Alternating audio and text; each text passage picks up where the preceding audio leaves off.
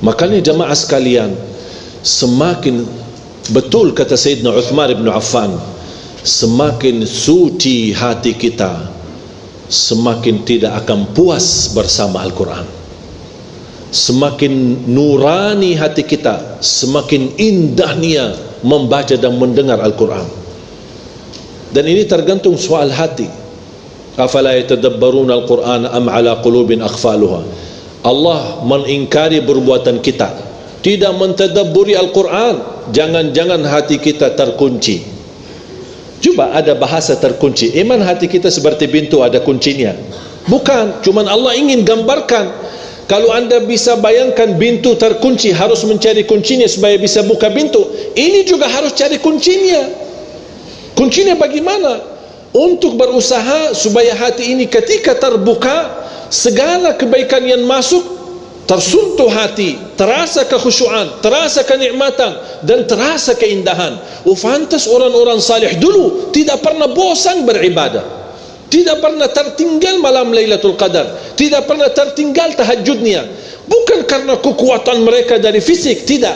Hati yang mendorong mereka terbangun di tengah malam. Karena mereka itu setiap ada hal-hal yang membuat hati terkunci, mereka langsung cari kuncinya dan membuka. Apa yang mengunci hati kita? Ada 3 hal. Kalau bisa kita jaga 3 hal, insya-Allah hati kita akan selalu terbuka.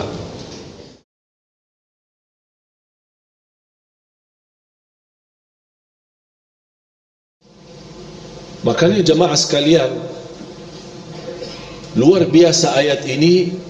Begitu saya baca, kadang-kadang mohon maaf kita yang hafal Quran, belum tentu kita mampu menghayati semua isi Al-Quran. Jangan anda berfikir semua orang penghafal Al-Quran seolah-olah sudah 100% memahami isinya. Belum tentu. Termasuk saya. Saya tidak bisa menjaminkan diri saya memahami semua isi Al-Quran 30 juz. Memahami maknanya, alhamdulillah faham maknanya, kan memang bahasa Arab. Tapi yang saya maksud, memahami makna isi Al-Quran yang membuat hati ini terbuka, sadar, tersentuh, itu tidak semua bisa. Sudah berapa kali saya baca suratul Mu'minun? Baru kali ini ketika saya baca di beberapa waktu kemarin, saya kok tersentuh hati saya di situ. Ada apa? Kenapa Allah di sini tidak membahas dunia? Kadang kita mencari sesuatu, belum tentu bertemu. Tapi sambil kita membaca, ada satu saat, subhanallah, tersentuh kita hati. Biarpun mohon maaf, orang awam tidak memahami isi Al-Quran, bisa jadi ketika dia membaca satu ayat, barangkali sebelumnya sering berkali-kali dibacakan, tapi tiba-tiba satu saat kok menangis karena ayat itu. Tiba-tiba satu saat tersentuh hatinya di saat itu, padahal sebelumnya sudah berkali-kali dibaca. Siapa yang tidak hafal surah Yasin? Tapi siapa yang menangis ketika baca Yasin? Tidak semua bisa menangis, walaupun sebanyak yang hafal surah Yasin. Sering kali kita bacakan malam Jumat, atau ketika ada acara, ada yang keluarga meninggal dunia, berkali-kali kita baca. Bahkan ada saking sering diulang, sudah hafal. Tapi pernah enggak kita baca Yasin tapi nangis? Padahal ada beberapa ayat, saya yakin kalau turunnya ayat itu di atas gunung, hancur menjadi pasir dan tanah. Saking dahsyat ayat itu. Makanya jemaah sekalian, semakin betul kata Sayyidina Uthman bin Affan, semakin suci hati kita, semakin tidak akan puas bersama Al-Quran. Semakin nurani hati kita, semakin indahnya membaca dan mendengar Al-Quran. Dan ini tergantung soal hati. Afala yatadabbaruna al-Quran am ala qulubin akhfaluha. Allah mengingkari perbuatan kita, tidak mentadabburi Al-Quran. Jangan-jangan hati kita terkunci. Coba ada bahasa terkunci. Iman hati kita seperti pintu ada kuncinya? Bukan, cuman Allah ingin gambarkan. Kalau anda bisa bayangkan pintu terkunci, harus mencari kuncinya supaya bisa buka pintu. Ini juga harus cari kuncinya. Kuncinya bagaimana? untuk berusaha supaya hati ini ketika terbuka, segala kebaikan yang masuk tersuntuh hati, terasa kekhusyuan, terasa kenikmatan, dan terasa keindahan. Fantas orang-orang salih dulu tidak pernah bosan beribadah, tidak pernah tertinggal malam Lailatul Qadar, tidak pernah tertinggal tahajudnya. Bukan karena kekuatan mereka dari fisik, tidak, hati yang mendorong mereka terbangun di tengah malam. Karena mereka itu setiap ada hal-hal yang membuat hati terkunci, mereka langsung cari kuncinya dan membuka. Apa yang mengunci hati kita? Ada 3 hal. Kalau bisa kita jaga 3 hal, insya Allah hati kita akan selalu terbuka. Mata melihat, bahaya mata ini. Semakin sering melihat dosa maksiat, semakin merapat pintu hati kita.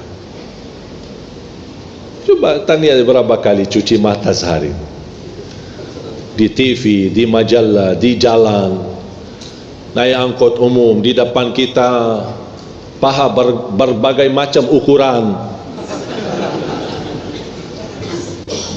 macam-macam. Ini semua terganggu. Mungkin masih di Madinah terjaga, tidak ada yang kelihatan paha, masih kita bisa jaga pandangan. Dan subhanallah, jangan anda merasa semakin di Madinah bisa menikmati ibadah semakin mulia. Justru semakin berat ujiannya, semakin banyak godaannya, dan semakin anda mampu bertahan dan istiqamah beribadah, anda akan menjadi lebih mulia daripada orang Madinah. Karena ibadah tidak sama di sisi Allah bagi orang yang mudah beribadah sama orang yang banyak godaannya untuk beribadah. Semuanya di sisi Allah tidak ada yang sia-sia. Makanya disebutkan dalam hadis sahih, di antara salah satu dari 7 yang akan dibawa naungan Allah adalah wasyabun nasya'a fi ta'atillah, pemuda yang bisa menjaga diri dalam taat kepada Allah. Kenapa disebutkan pemuda? Kenapa ada dibilang yang tua? Yang tua yang menjaga taat kepada Allah di bawah naungan. Kenapa disebut pemuda? Dari hadis ini saya berani berkata, pemuda yang taat lebih mulia di sisi Allah daripada yang tua yang taat. Mohon maaf bapak-bapak. Kenapa? Mengapa yang mudah taat lebih mulia di sisi Allah daripada yang tua taat? Walaupun sama-sama taat, tapi yang muda lebih mulia. Kenapa? Karena yang muda lebih banyak godaannya. Yang tua mau apa ini? Apa yang mau digoda? Makanya subhanallah, semakin anda mampu istiqamah di usia muda, makanya salah satu nanti pertanyaan di hadapan Allah yang akan ditanyakan, ada kan 4 pertanyaan, tidak akan tergeser kaki seorang sebelum ditanya oleh Allah.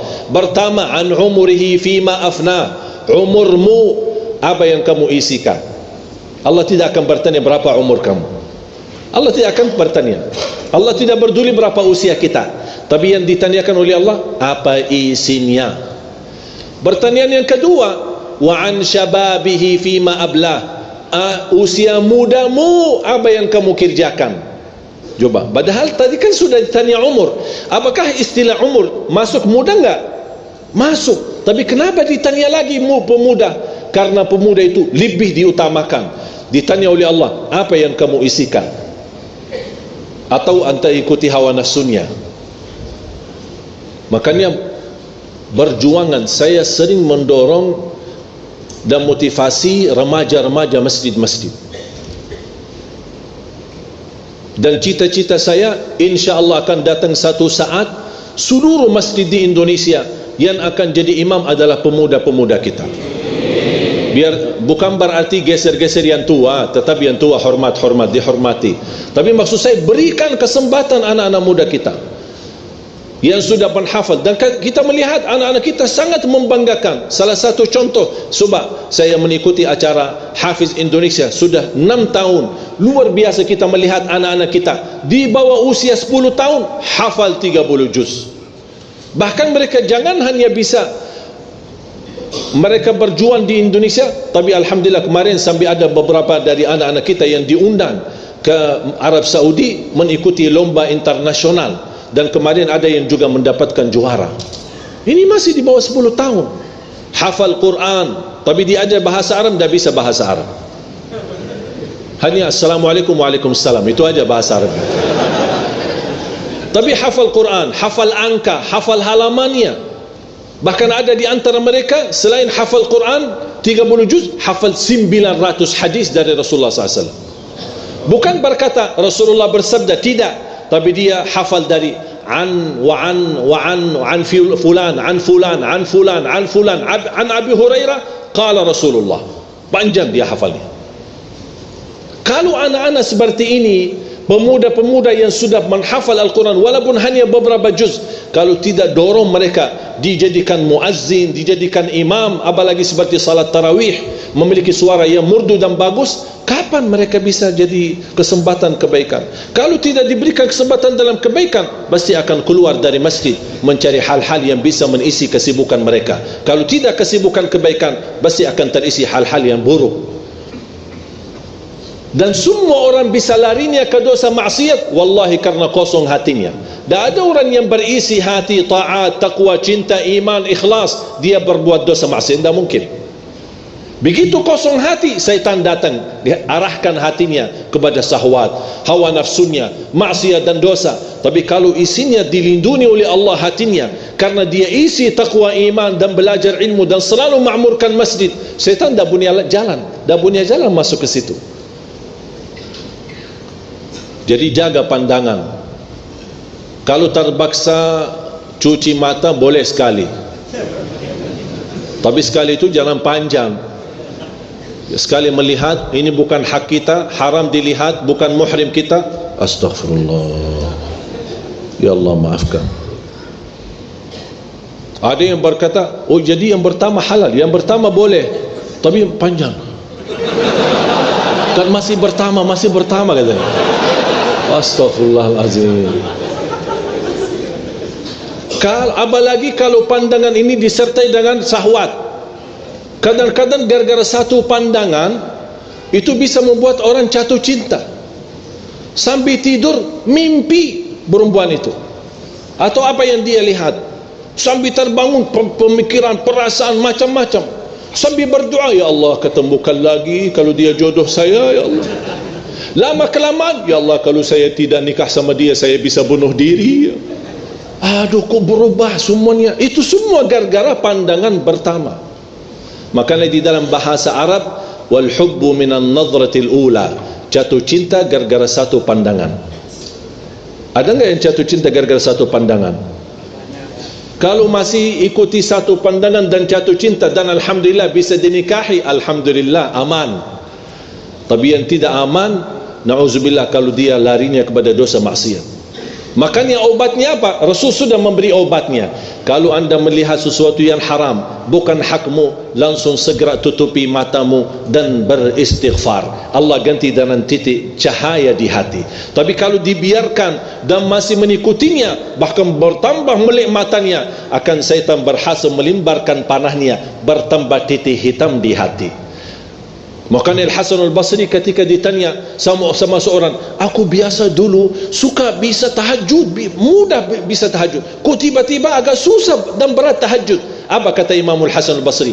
Kabbalatka dhunubuka wa ma'asik, terikat dirimu gara-gara dosamu. Yang biasa di saf pertama tiba-tiba suka telat, tolong tanya diri, dosa apa yang kita lakukan sambil mundur. Tahajud mudah, tiba-tiba merasa berat, ingat ada dosa yang kita lakukan yang membuat kita malas. Apapun ini dosa sangat buruk. Ada orang yang Masya Allah rutin tidak pernah, jangankan saf pertama, takbiratul ihram sama imam tak pernah tertinggal. Saya pernah kenal sama ada orang ulama dari India, usia meninggal beliau 183, maaf 138, usia 138, dan dia ulama besar di India, ulama hadis, hafal semua buku hadis, Bukhari, Muslim, Abi Dawud, Tirmidzi, Nasai, semua hadis hafal. Pernah guru saya bertemu dengan beliau dan mendapatkan ijazah sanad di ilmu hadis, dan yang membuat beliau kaget, dia bertanya sama guru, Masya Allah fisiknya sehat, pandangannya tajam, Masya Allah, masih mampu di usia yang begitu tua, tapi baca Quran, baca hadis, tapi tidak, istilahnya tidak merasa sulit membacanya, pandangannya sangat bagus, tajam matanya. Ditanya, kira-kira apa rahasianya? Tahu enggak dia jawab apa? Seumur hidupku saya tidak pernah melihat wanita yang bukan muhrim saya. Seumur hidupnya tidak pernah melihat wanita yang bukan muhrim saya. Aduh ya Allah, berapa kali mata kita ini ya Allah. Memang godaannya banyak, apalagi pemuda-pemuda. Facebook, Twitter, WhatsApp, Facebook, macam-macam, TV. Dan yang lebih aneh, kita di Indonesia kalau Ramadan bukan Ramadan, isi TV sama aja. Dangdut-dangdut laku di Ramadan. Cuba nonton acara live yang musik-musik, lagu-lagu apa, isinya semua wanita berjilbab. Kau datang habis i'tikaf di masjid, pergi ke sana i'tikaf lagi di TV sampai subuh. Aduh, ini jadi luar biasa godaan kita ini. Makanya jaga pandangan. Yang kedua, jaga lisan. Bahaya ini. Gara-gara satu ucapan di bangsa Arab terjadi perangan antara dua suku sampai 40 tahun gara-gara ucapan. 40 tahun perang gara-gara satu ucapan, satu kata. Hati-hati ucapannya. Man kana yu'minu billahi wal yawmil akhir falyaqul khairan aw liyasmut. Barang siapa yang iman kepada Allah dan hari akhir, berkatalah yang baik atau diam. Wallahi saya milih lebih baik banyak diam daripada bicara. Sering saya diundang i'tikaf. Baru kali ini saya menemukan masuk masjid, Masya Allah, semua melek matanya, tidak tidur. Rata-rata masjid kita masuk, separuh masjid tidur, separuh masjid lagi main handphone. Nawaitu i'tikaf di Masjid Sunda Kelapa lillahi ta'ala, megang handphone. Dia salah sebut niat, seharusnya nawaitu i'tikaf sambil megang handphone lillahi ta'ala. Ini baru wajar. Itu bukan i'tikaf yang sesungguhnya. Kita belajar bagaimana Rasulullah SAW sampai tidak mau keluar dari batas masjidnya. Kalau dia merasa capek, dia hanya keluarkan kepalanya, karena pintu masjid sama rumahnya kan satu tembok. Rasulullah keluarkan kepalanya dari masjid supaya dibersihkan dan dicucikan, dimandikan oleh Siti Aisyah radhiyallahu anha. Dan kembali lagi masukkan kepala Rasulullah SAW untuk beriktikaf di masjid.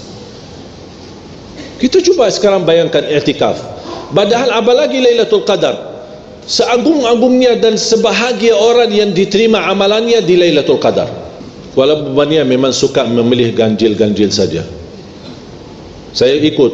Kalau malam 23 ramai masjid, malam 25 ramai lagi, malam 27 apa lagi, malam 28 udah pulang mudik. Kalau saya berhak memilih dan menggeserkan, saya mau malam Lailatul Qadar di malam 30, biar tak ada yang mudik. Banyak yang sia-sia. Kesempatan ini luar biasa. Dan saya kemarin sudah membaca banyak pendapat masalah Lailatul Qadar. Ini mudah-mudahan menjadi wawasan untuk kita semua. Ada pendapat Lailatul Qadar itu berpindah-pindah. Bisa di malam ganjil, bisa di malam genap. Bisa di awal malam 21, 23, 22, malam 24, bisa malam 26, bisa malam 27. Itu satu pendapat. Dan ini pendapat bagian ulama yang berakhir, maksudnya di zaman belakangan ini. Tapi menurut ulama di zaman awal, termasuk para sahabat dan para tabi'in, ulama yang masyhur, itu rata-rata hampir disepakati malam Lailatul Qadar tidak berpindah-pindah. Apa dasar mereka? Turunnya Al-Quran di Lailatul Qadar. Masa Lailatul Qadar turunnya Al-Quran pindah-pindah?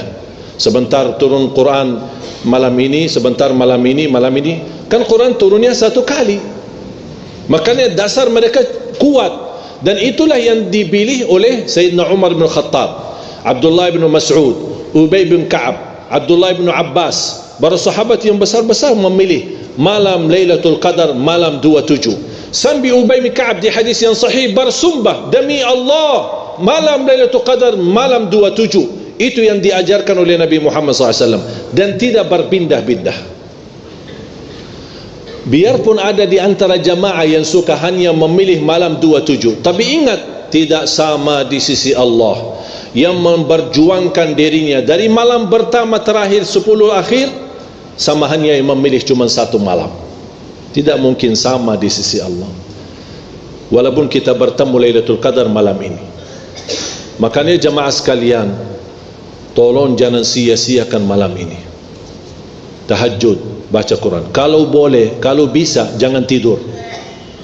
Karena Lailatul Qadar salamun hiya hatta matla'il fajr, sampai subuh. Tahajud 2 rakaat, baca Quran sebentar. Lanjut lagi 2 rakaat, duduk baca Quran. Lanjut lagi 2 rakaat, terus baca Quran. Bersedekah. Dan sedekah khususnya di 10 malam terakhir, apalagi malam ini. Sedekah malam hari jauh lebih utama daripada sedekah siang hari. Mengapa? Karena Lailatul Qadar di malam, bukan di siang. Kenapa Lailatul Qadar tidak jatuhnya di siang hari atau pagi hari? Karena namanya Laila. Laila itu kapan? Malam. Malamnya mulai kapan? Habis maghrib sampai subuh.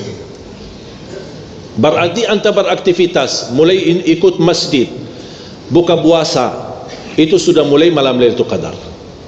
Dan semakin berlama menahan diri di masjid, dengan syarat tidak sibuk dengan, kalau boleh saya usulkan HP-nya off, matiin sebentar, off HP malam ini. Buat apa? Saya mau hidupkan hubungan saya sama Allah. Rasulullah SAW kalau masuk 10 malam, jangankan beraktivitas urusan dunia, sama istrinya pun tidak urus, tinggalkan istrinya. Ahya laylahu, menghidupkan malamnya. Apa kata menghidupkan? Kata istilah menghidupkan artinya ibadah, salat, tahajud, Quran, zikir, doa. Itu makna hidup. Bukan sepanjang malam malah tidur. Itu namanya mati, bukan hidup. Makanya kalau seandainya terpaksa tidak ada pilihan mau tidur, karena saya memang melihat rata-rata fisik jamaah kita Indonesia tidak kuat. Saya sudah pernah mengalami pas ketika kita tahajud. Kadang-kadang saya merasa rindu dengan suasana i'tikaf dulu di Masjid Nabawi Madinah di masa sekolah. Saya ingat setiap tahun saya nawaitu mudah-mudahan saya bisa mudik bulan Syaban supaya bisa menikmati Ramadan di Madinah. Tapi terpadat dengan permintaan jamaah, tergesa dengan permohonan isi sana isi di sini. Sampai hampir sudah mau 10 tahun di Indonesia, belum terwujud cita-cita saya untuk kembali merindukan rasa i'tikaf di Masjid Nabawi. Saya ingat, alhamdulillah, kita ingat di masa dulu waktu masih sekolah, kita libur. Ketika libur sekolah 4 bulan libur. Habis ujian nasional, Ramadan, Syawal, Zulkaidah, Zulhijjah, 4 bulan libur. Semua bulan ibadah libur. Dosen, guru sekolah, guru ngaji, semua libur. Kuliah libur. Hanya yang masuk yang tidak bisa memang melepaskan seperti dokter di rumah sakit, polisi, petugas, kemudian di urusan bank. Tapi selain itu semuanya libur. Makanya kita selalu sepakat ketika ujian nasional di bulan Syaban, kami bersama teman-teman sekolah kita sudah berjanjian, ayo kita bertemu di Masjid Nabawi ya, kita berlomba-lomba untuk sebanyak-banyaknya mengkhatam Al-Quran. Dan kita bercita-cita untuk mengkhatam Al-Quran sebagaimana sebanyak Imam Syafi'i. Tapi alhamdulillah gagal. Belum. Tidak bisa-bisa. Tidak bisa bayangkan. Kok 20 jam kita harus baca Al-Quran. Makanya bagaimana saya mampu menghitungkan? Karena saya begitu khatam 1 kali sehari, saya tahu diperkirakan antara 8 sampai 10 jam. Ini bagi yang lancar. Kalau yang berbata-bata, wallahu a'lam kapan habisnya. Makanya jamaah sekali lagi saya mohon, kalau bisa nonaktifkan HP-nya, fokuskan ibadah. dan fokuskan banyak doa. Di antara doa yang dibanjatkan dan disunnahkan adalah doa Rasulullah SAW kepada Siti Aisyah. Ketika Siti Aisyah minta amalan, ya Rasulullah, kalau saya bertemu Lailatul Qadar, apa doa yang saya banjatkan? Kata Rasulullah SAW, quli Allahumma innaka afuwun tuhibbul afwa fa'fu anni. Doa ini sangat indah, sangat luar biasa. Dan ini kesempatan di malam ini kita berbanyak doa ini, karena isinya dan maknanya bukan hanya kita memohon diampuni dosa, bukan meminta dimaafkan, tapi arti afu jauh lebih tinggi daripada memohon ampunan. Kalau mohon ampun, Allahumma ghfirli, ya Allah ampunilah dosa kami, tapi tulisan dosa, bekas-bekas dosa masih tersimpan dalam buku amal.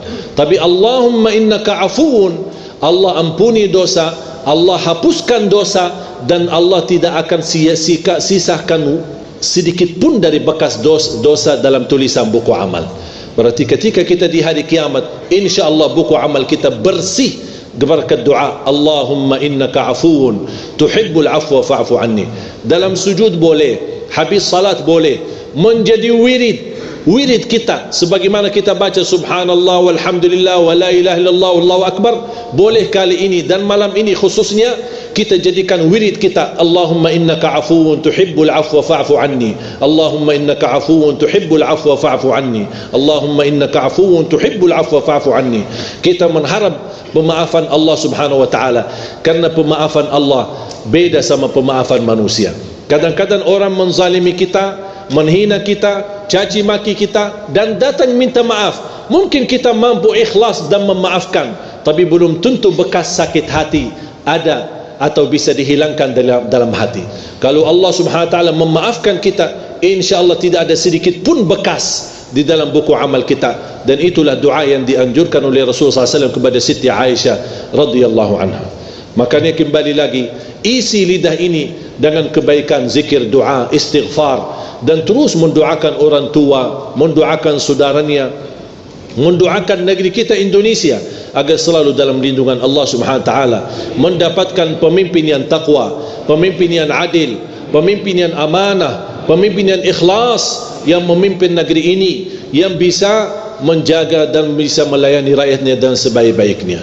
Yang terakhir adalah telinga. Yang pertama yang mengunci hati, mata. Terus yang kedua, lidah. Yang ketiga, telinga. Jaga pendengaran kita. Banyak isu fitnah macam-macam yang kita dengar dari lingkungan, gosip, fitnah. Ada orang membawa berita yang membuat kita sakit hati. Tak usah dengar. Tak usah dengar. Orang mukmin bersikap, kalau berita yang mau didengar itu baik, lanjut. Kalau tidak baik, mohon bilang sama yang membawa berita, diam loh, saya dah mau dengar, saya dah mau tahu. Biarpun ada orang membawa fitnah, saya sering didatangin, ada si kiai ini, si ustaz ini, dia suka mau sebutkan nama antum, menjelekkan antum. Saya bilang diam, saya dah mau tahu. Dan anak ingin kasih tahu supaya kamu berhati-hati. Saya tak perlu berhati-hati sama manusia, saya berhati-hati sama Allah supaya jangan kena siksa Allah subhanahu wa ta'ala. Istiqamah beribadah. Saya tidak peduli apa yang diucapkan oleh manusia. Tak usah pedulikan, tak usah dengar. Supaya apa? Supaya besok ketemu semua orang dengan hati yang bersih. Tidak ada satu pun kita sakit hati sama orang, siapapun dia. Mau dia ustaz, mau dia pejabat, mau dia tetangga, mau dia sahabat. Coba kira-kira berasa, kita kan manusia, tak ada yang bisa menjaminkan hatinya. Kalau anda besok mendengar fitnah dibawa oleh temanmu sendiri atau tetanggamu, kira-kira besok anda mau salaman sama dia? Biarpun anda berkenan salaman, kira-kira hatinya bersih atau sakit hati? Rasul sallallahu alaihi wasallam sendiri pernah berkata, melarang sahabatnya, jangan ada di antara kalian yang membawa keburukan cerita terhadap sahabatku yang lain, karena saya ingin bertemu dengan sahabatku dengan hati yang bersih. Kalau si fulan membawa berita, besok kita sakit hati, ketemu, ini yang kemarin yang suka enak-enak aja nih, baru kenal aja udah langsung berani fitnahin aku. Ini kan bisikan kalbu. Dan itulah salah satu sebab yang terkunci hati kita. Makanya fantas kehilangan khusyuk, karena ini perasaan. Makanya tidak usah berduli. Dan saya belajar, orang yang ikhlas dipuji, dihina, sama saja. Saya ulang lagi, mudah-mudahan bisa difikirkan. Orang yang ikhlas dipuji, diangkat, diagungkan, dimuliakan, dihina, dicaci maki, sama saja. Dia tidak berduli. Dia tidak berduli nilai manusia. Dia tidak berduli apa kata manusia. Manusia senang, dia tidak berduli. Manusia tidak senang, apa lagi dia tidak berduli. Yang dia berdulikan, Allah senang, Allah suka, Allah ridha, Allah mau, sudah selesai. Kalau kita bisa hidup insya-Allah dengan seperti ini, insya-Allah kita punya hati nurani, akan baik sama semua orang dan selalu berbaik sangka. Jangan kita selalu bertafsir sendiri. Dua orang duduk di sana, mereka bisik apaan ya? Jangan-jangan aku yang Pusing kita. Coba kalau kita berduli apa kata orang, wallahi kita yang pusing, bukan mereka. Coba kalau kita lupakan, kita abaikan. Dan saya nasihatkan, sampai ada seorang ibu berkata, alhamdulillah Ustaz, saya tidak pernah gosip orang, tidak pernah suka nomor orang, tapi mohon maaf saya suka dengar. Ya sama aja dosanya. Mendengar berita, melihat berita, caci maki, urusan orang, itu dosa semua. Tidak usah berduli. Kita punya urusan sendiri. Dan selalu kita hidup dengan baik sangka. Walaupun anda melihat kawanmu yang suka di masjid, tiba-tiba masuk ke tempat maksiat, jangan anda su'uzzan. Kita tidak tahu apa yang terjadi.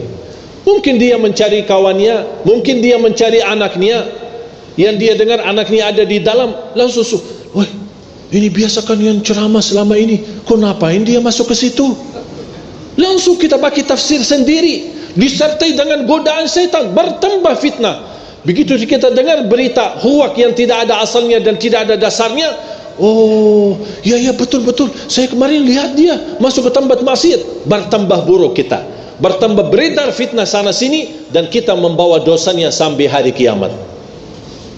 Hati-hati jamaah sekalian. Makanya tutupi pandangannya, hanya yang kita lihat tempat kebaikan, tempat masjid, majlis ta'lim, lihat Al-Quran, supaya Allah Subhanahu wa ta'ala selalu membersihkan pandangan kita dari segala hal-hal yang tidak kesengajaan kita lihatnya. InsyaAllah terhapus dosanya gara-gara kita sering melihat. Makanya salah satu ulama berkata, kalau saya merasa hati mulai keras dan tertutup, saya berbanyak melihat Al-Quran.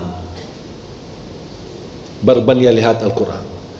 Jamaah sekalian dimuliakan Allah Subhanahu wa ta'ala, tolong maksimalkan, nikmati malam ini, jaga, kuatkan dirimu, kuatkan hubunganmu sama Allah Subhanahu wa ta'ala. Tunjukkan kepada Allah yang terbaik, terbaik tahajud, terbaik baca Al-Quran, walaupun masih berbata-bata. Tunjukkan kepada Allah, ya Allah, itulah kemampuan saya, tapi itulah yang terbaik. InsyaAllah Allah akan terima. Kalau Allah sudah terima, balasan Allah tidak akan menjadi biasa. Pasti balasan Allah akan menjadi luar biasa.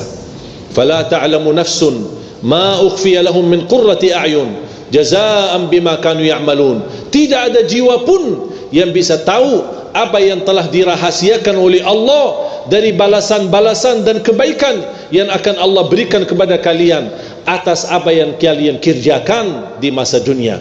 Dan balasan Allah, ingat, akan menenangkan hatimu, kata Allah. Qurratu a'yun, Allah akan menenangkan hati kita karena balasannya Allah Subhanahu wa ta'ala. Begitu Allah rahasiakan balasannya. Yang Allah yakinkan kepada kita, balasan Allah bagi kita bukan hanya balasan biasa, tapi balasannya luar biasa, yang bukan terbatas, tapi insyaAllah akan menenangkan hati kita. Kalau Allah berkata menenangkan hati, kan hati kita kan berbeda-beda, bentuk manusia berbeda-beda, perasaannya beda-beda. Makanya masing-masing akan dibalas oleh Allah Subhanahu wa ta'ala dengan perasaannya masing-masing yang berbeda, tapi akan Allah membalasnya dengan menenangkan hati kita masing-masing sesuai isi hati kita. Itulah karunia dari Allah Subhanahu wa taala. Makanya sekali lagi jamaah sekalian, tolong nikmati, manfaatkan, kuatkan tali hubungan kita sama Allah di malam ini.